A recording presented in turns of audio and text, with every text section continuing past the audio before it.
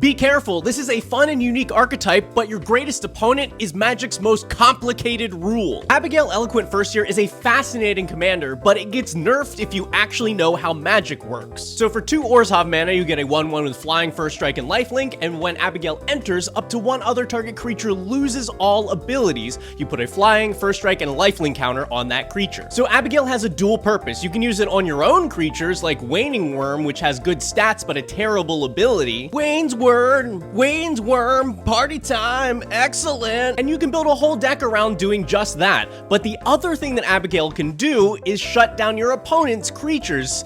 Kind of. For the most part, if you use Abigail on one of your opponent's creatures, it's going to shut it down, no questions asked. But if you don't want to nerf yourself forever, stop this video now. If I play Abigail and I target my opponent's Ashaya Soul of the Wild, then surely it will remove all of these abilities and their creatures will no longer be forest lands in addition to their other types, right? That is an ability on the card, Ashaya, which you are targeting with Abigail, which removes all abilities. Why is this even a question? As you go down the Magic rules rabbit hole, eventually you run into what is called the layers, and I'm going to use my friend Keeping It Casual here to kind of explain it a little bit. You see, a lot of abilities change what happens on a card, and we have to know what order do we apply those things in. Abigail changes the abilities on a card, removing all of them, which you can see is in the 6th layer on the graphic here. But Ashaya's ability changes the type of card from creature into a forest land, which is applied in the 4th layer, which comes first. So even if Ashaya was on the board first and has a static ability, and then Abigail enters, removes that ability, when the game goes to check what is the state of the board,